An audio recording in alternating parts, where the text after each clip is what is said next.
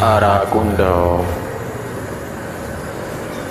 Le comprari siribe sicurdo sicuro Samalam ni ba orangnya Sebuah tragedi mendarah kembali terjadi di Noh Aceh tercinta.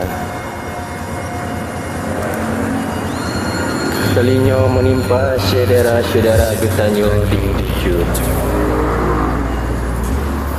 Masa malam yang ke Burung Getanyo ditimbak secara biadab. Le oknum-oknum hana matanggung jawab. Mula nyan nah yang untuk main peluang keselamatan bro. Nah yang rubah boleh kenang peluru. Masya Allah.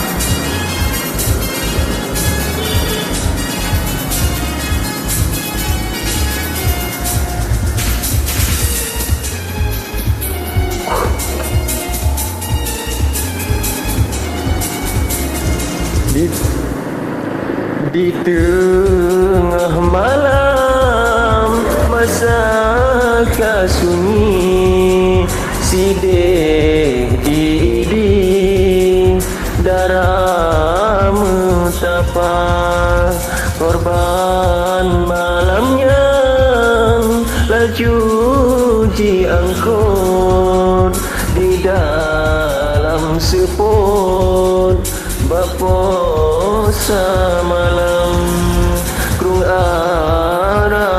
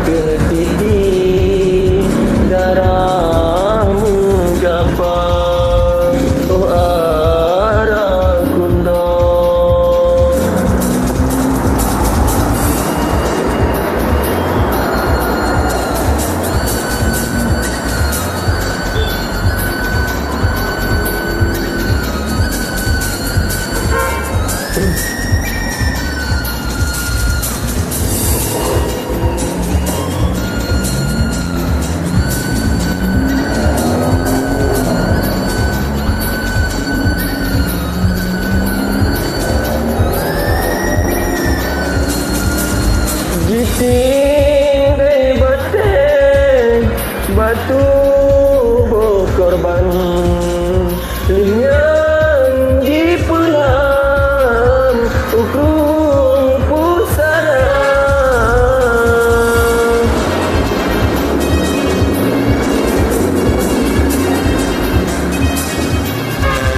Gawe Geco jenazah musuh sampai manyen gemita sosok yang kelen mandum bagemo krung arakunda punai mata.